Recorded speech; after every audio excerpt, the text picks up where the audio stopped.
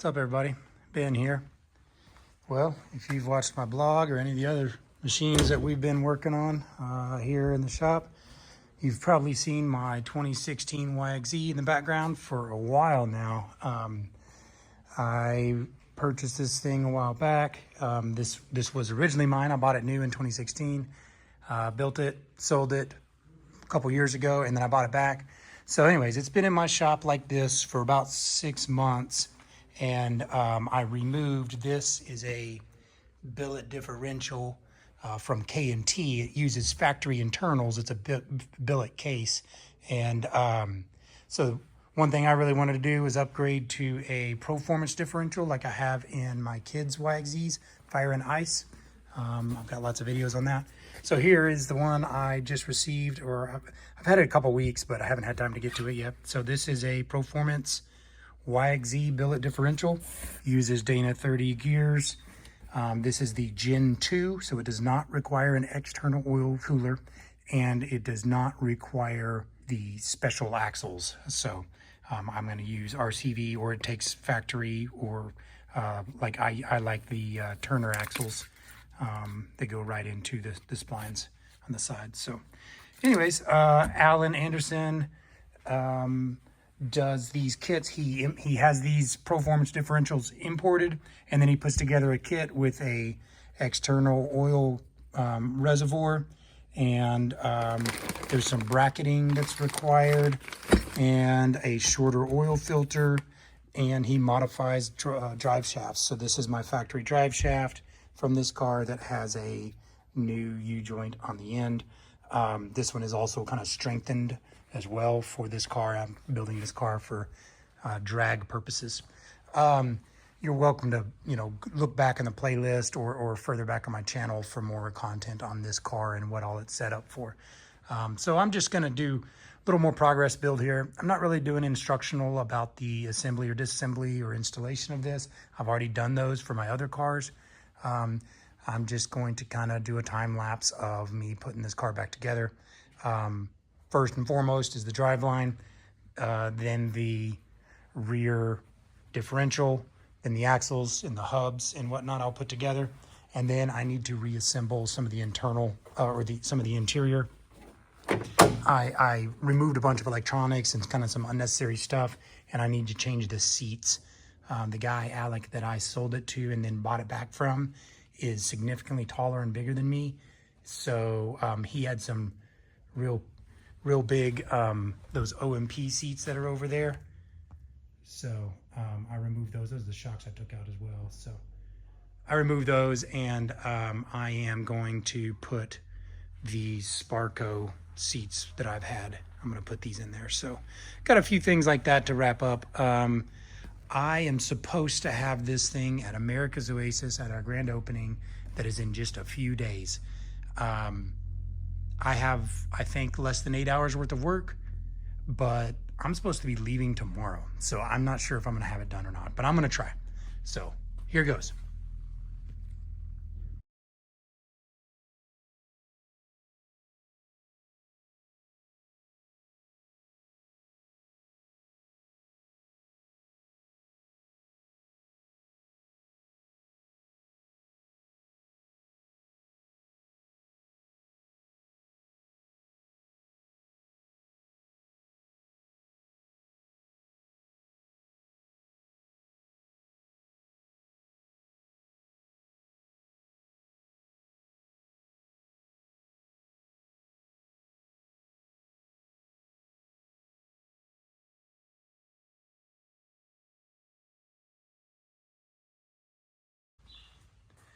All right, so got the diff in there, got all the fasteners on.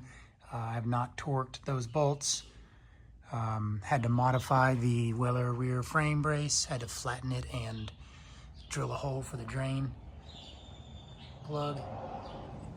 And then also had to run to Home Depot and get some stainless steel bolts for this piece back here, this bracket.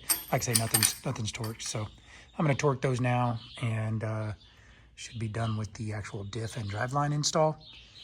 I've gone through this in detail in another video when I installed this same model in my son's 2020 YXZ that was that we call Ice.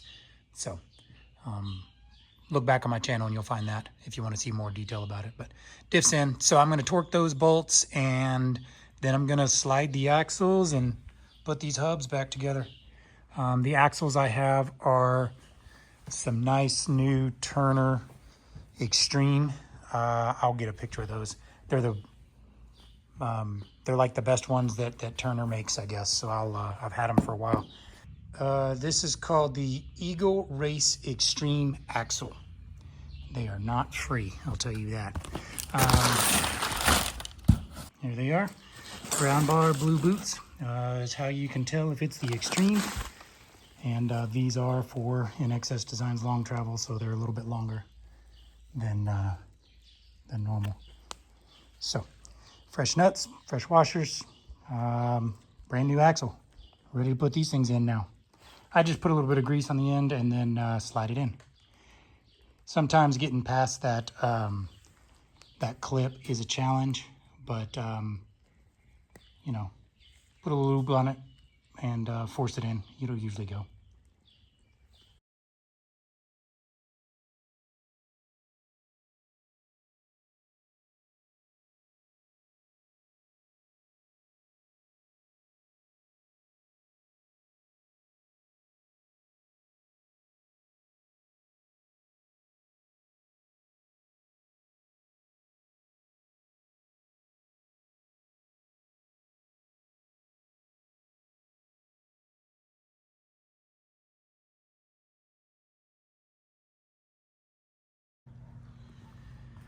All right, so got the rear differential in, got the axles in, got the hubs, the knuckles, and the brake calipers all in, all torqued to spec. Ready for shocks now.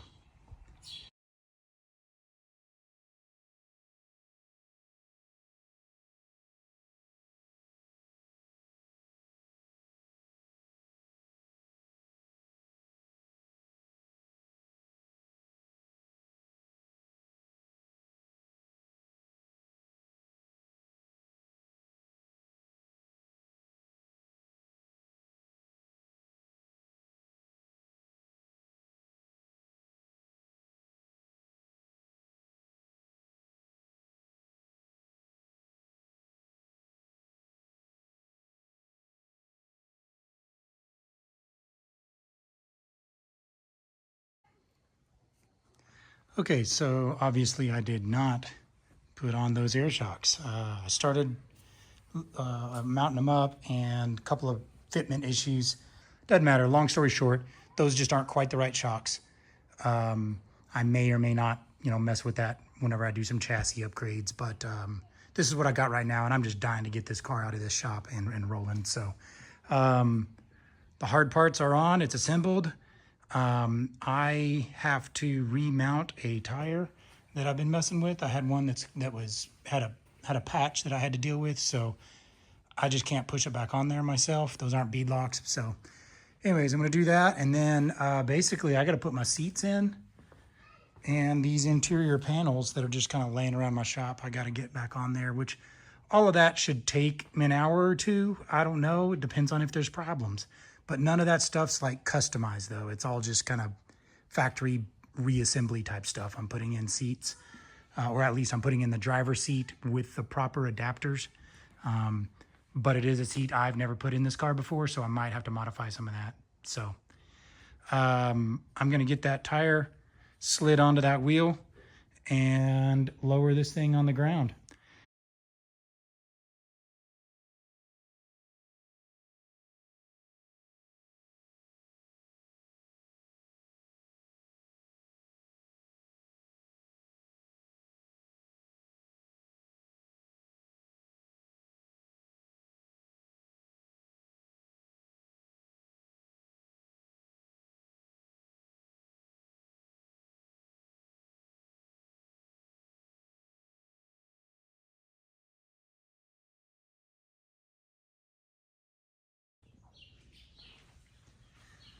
Well, it's pretty obvious, I think, that I don't know what I'm doing. So for the first time in like 9 months, this car is on the ground. The fronts, this is the biggest deal, of course, is the new air shocks in the front. I mean, it is incredibly low, but I mean, I guess that's kind of the point, right?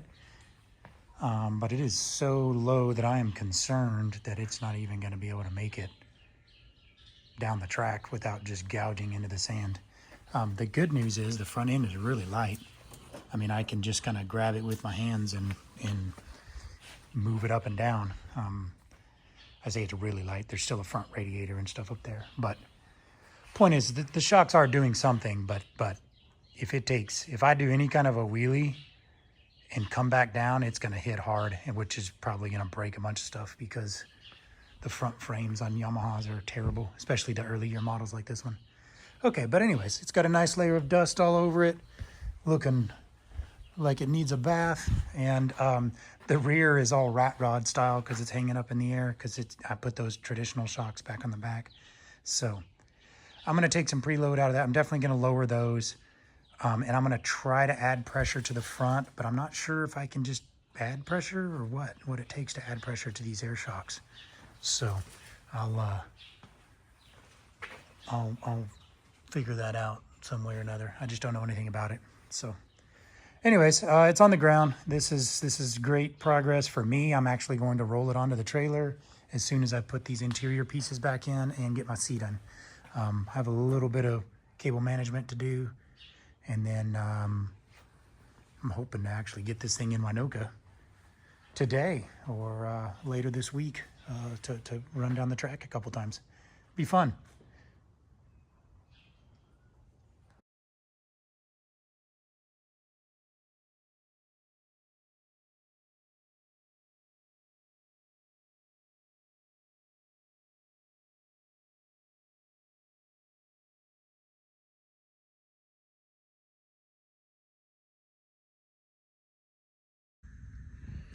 That's it for this video. Hopefully I'll get this thing on the trailer and get it to Winoka and have my first ride on this thing in a long time. Headed to America's Oasis, and I'm just gonna finish a couple of things there and hopefully go up and down the track a few times. Like and subscribe. Thanks for watching. Bye.